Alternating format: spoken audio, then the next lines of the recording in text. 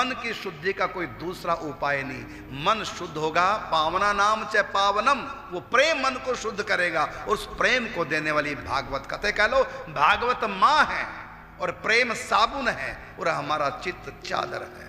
हमारी माँ माने भागवत प्रेम की साबुन से हमारे चित्त का परिमार्जन करेगी, पवित्र करेगी, और इसमें फिर श्री कृष्ण का प्रागट्य होगा।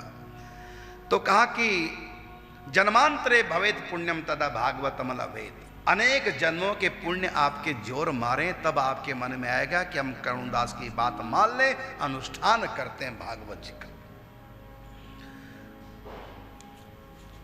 तो ये कथा भक्ति को प्रसन्न करने वाली, ज्ञान वैराग्य की चेतना लौटाने वाली, आनंद घाट पर सनकादिक ऋषियों ने भागवत जी का अनुष्ठान किया। वहीं नाचते गाते अपने पुत्रों के साथ ज्ञान वैराग्य के साथ भक्ति आ गई। यह भक्ति का प्रभाव। यदि भागवत का आश्रय लोगे, आपके हृदय में आनंद घाट का मतलब आनंद घाट, हृदय में आनंद आएगा और इसमें भक्ति नाचेगी, ज्ञान वैराग्य की चेतना लौटेगी। आपके भीतर ज्ञान वैराग्य मूर्छित पड़े हैं और भक्ति दुखी है। भागवत कथा से पुनः जागरण होगा।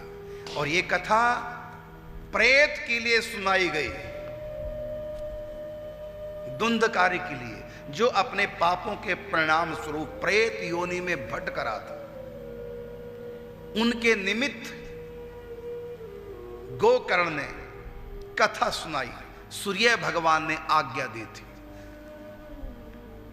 सूर्य भगवान ने आज्ञा दी कि भागवत ग्रंथ सुनाओ, उनका उद्धार। किसी साधन से उस प्रेत का उद्धार नहीं हुआ तो भागवत कथा से हो गया।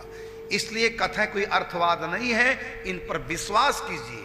और फिर गोकर्ण ने कथा सुनाई, बांस 7 गांठ का, उसमें आह्वान किया प्रेतात्मा का। 7 दिन की कथा में 7 गांठें फटी और दिव्य चतुर्भुज रूप धारण करके प्रकट हुआ। और भागवत के जय जयकार लगाते हुए धुंधकारी जो प्रेत बन चुका था, वो चतुर्भुज रूप धारण करके भगवान के वैकुंठ धाम में गमन कर गया। इसलिए कहा धन्य भागवती कथा, प्रेत पीड़ा विनाशनी। तो प्रेतों के दर्द का भी निवारण करने वाली, अर्थात ये पापों का भी क्षय करती है, भक्ति का उदय करती है, पुण्यों का उदय करती है, और अंत में भगवान की प्राप्ति करने वाली श्रीमद् भागवत कथा।